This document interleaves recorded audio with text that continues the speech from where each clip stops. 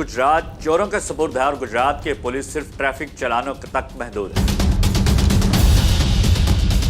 और ऐसा चोर सियाना है, अगजास के सुराग से दाखिल होता है और लाखों की चोरी करके मिनटों में फरार हो जाता है। 14 आईफोन जो उनसे हैं वो अपने साथ लेकर गया है और उनकी मालियत है 29,22,000। 2 और शॉप्स हैं, वहाँ पे भी चोरी हुई है। एक शॉप के 8.5 लाख रुपए हुए, एक शॉप के 2.5 लाख रुपए हुए। उनके साथ भी सेम ये वकूआ था। हालांकि वो सुहेल जफ़र चड्ढा साहब जी उन्होंने लास्ट टाइम ये भी बात की थी कि मैं ऐसा अमन का वक़्त लेकर आऊँगा कि बीबियाँ जो उनसी हैं वो बाज़ार में सोना पहन के जाएँ तो इंशाल्लाह ताला अमन अमान होगा, कोई ऐसी बात नहीं होगी। तो हम यहाँ पे अपने मोबाइल फ़ोन शॉप के अंदर रख के ताले लगा के घरों में जाते हैं तो पीछे से ताले खुल जाते हैं, दीवारें तोड़ देते हैं, सुराखों से अंदर आ जाते हैं। हम नहीं सेफ हैं, तो ये किस चीज़ का अमन है? अब तक पुलिस ने क्या पेशरफ्त की है? कोई आइडेंटिफाई हो चुका है चोर कौन है? वो तो बस जी दुआ गो हैं, हमारे लिए भी वो कह रहे हैं, हमारे लिए भी दुआ करें और अपने लिए भी दुआ करें। हम लोगों ने लोकल कैमरोज़ की हेल्प लेके हम यहाँ से लेकर तो रामतलई तक हम लोगों ने उसका हेल्प ली है। लोकल कैमरे से आगे कैमरा आ जाता है सेफ सिटी का, जो कि काम ही नहीं कर रहा। पता ही नहीं चल रहा हमें कि वो चोर कहाँ चला गया कहाँ नहीं गया, क्योंकि उनका सेफ सिटी के आगे कैमरे ही ख़राब है। सुबह टीम उनकी आई है, वो नक्शा वगैरह बना के गई हैं और उनका भी यही कहना था कि आप लोकल जो कैमरे हैं वहाँ से आप अपनी सपोर्ट लें, काम लें और वहाँ से कोई आपको क्लू मिलता है तो आप हमें बताएं। तो हम तो जी अभी इसी आस उम्मीद पर बैठे हुए हैं।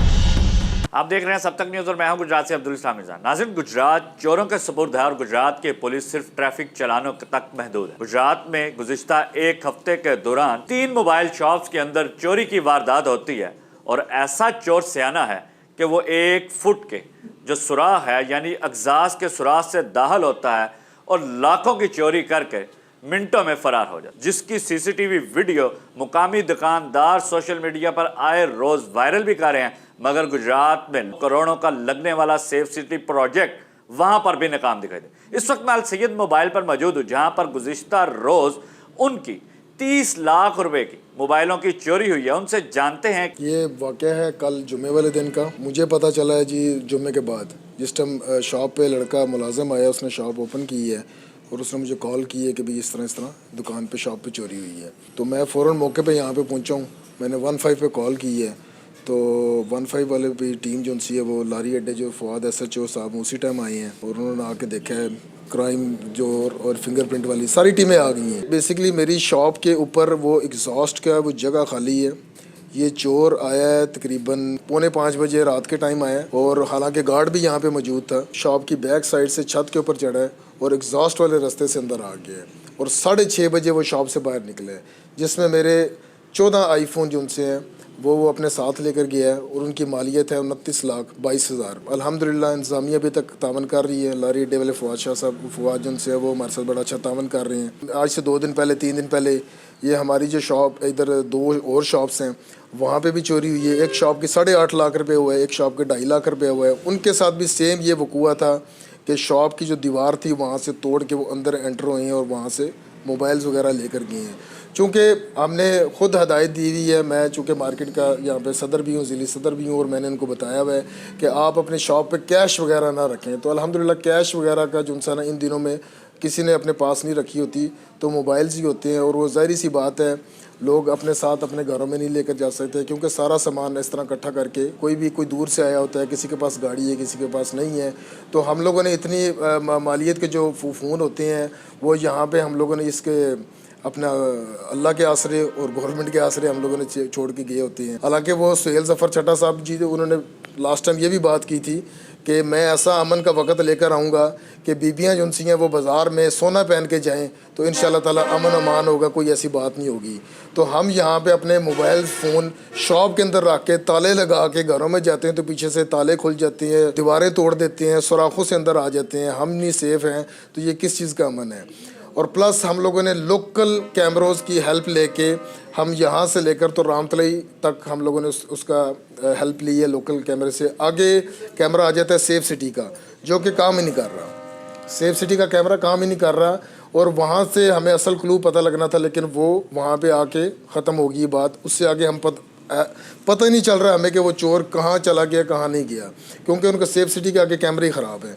अब यहाँ पे ये हालात आप देख लें कि सेफ सिटी के हमारे कैमरे जो उनसे हैं वो ख़राब हैं, तो इतने करोड़ों की हमारी यहाँ पे दुकानदारों ने यहाँ पे इन्वेस्टमेंट की हुई है, तो वो इसके कौन जिम्मेवार हैं जनाब? अच्छा शाह साहब, ये बताइएगा कि 24 घंटे से 32-36 घंटे का वक्त हो चुका है, अब तक पुलिस ने क्या पेशरफ्त की है? कोई आइडेंटिफाई हो चुका है चोर कौन है? क्या उसका कोई हुलिया वगैरह इन्होंने वाज़े कतई की है उसका? अभी तक तो हमें यही कही जा रहे हैं कि जनाब आप अपने लोकल कैमरे से हेल्प लें, और वहाँ से कोई क्लू मिलता है तो आप हमें बताएं। सुबह टीम उनकी आई है, वो नक्शा वगैरह बना के गए हैं, और उनका भी यही कहना था कि आप लोकल जो कैमरे हैं वहाँ से आप अपनी सपोर्ट लें, काम लें, और वहाँ से कोई आपको क्लू मिलता है तो आप हमें बताएं। तो हम तो जी अभी इसी आस उम्मीद पर बैठे हुए हैं। अच्छा शाह साहब, ये बताइएगा, आज से कुछ अर्सा पहले आपके ये प्लाजे के अंदर भी एक चोरी हुई थी, उसकी अभी तक मुलजम ट्रेस नहीं, तो आपको लगता है कि आपके मुलजम पकड़े जाएंगे? देखें जी, ये आपने सवाल बड़ा मुश्किल किया है। वाकई वो हमारी ट्रेसिंग अभी तक जो सी ना वो कश्मीर प्लाजे वाली नहीं हुई, लेकिन उसी दौरानिया हमारे यहाँ पे डार मोबाइल हैं, उनकी हुई थी चोरी। उस टाइम यहाँ पे हसन ज़ुबैर साहब लगे थे, और उन्होंने बड़ा तावन करके जो उनसे ना वो फ़ौरन मुलज़िम को, मेरे ख्याल से हार्डली 24 घंटे के अंदर उन्होंने मुलज़िम को पकड़ के ला के तो यहाँ पे हमें, और हमारी अच्छी खासी उन्होंने रिकवरी की थी। ऑलमोस्ट 80% उन्होंने हमारी रिकवरी करवाई थी। ठीक है, तो ये हमारा जो है वो रिकवरी हुई थी। कश्मीर प्लाजे वाली हमारी हालांकि रॉबरी बहुत बड़ी हुई थी, वो हमारी रिकवरी अभी तक नहीं हुई। उसके कुछ वजूहत हैं, कुछ रीज़न है, कुछ महकमे ने भी हमारा जो है ना उस तरह साथ नहीं दिया, इंतज़ामिया ने हमारा उस तरह साथ नहीं दिया। स्टार्ट में उन्होंने दिया है, लेकिन उसके बाद फ़ौरन जो है ना वो खामोश हो गए थे। उसकी अब क्या रीज़न है, हम उसके पीछे इतना मैं नहीं बहस करना चाहूँगा। इस वारदात का बताइएगा, आपको क्या लगता है अगले कितने घंटों तक पुलिस कर पाएगी? पुलिस की रफ्तार कैसी है? देखिए, उन्होंने हमें टाइम शेड्यूल कोई भी नहीं दिया, ना उन्होंने कोई टाइम बताया कि हम इतने टाइम में आपको जो है ना कोई रिकवरी देंगे। इवन रिकवरी तक की भी बात नहीं हुई। वो तो बस जी दुआ गो हैं हमारे लिए भी, वो कह रहे हैं हमारे लिए भी दुआ करें और अपने लिए भी दुआ करें कि हम जो एफ़र्ट कर सकते हैं। एफ़र्ट अभी तक जनाब मैंने आपको सारी बात बता दी है कि वो हमारे पे डिपेंड है कि आप लोकल कैमरों से हमें सिर्फ बताएं कि आपको क्या क्लू मिलते हैं।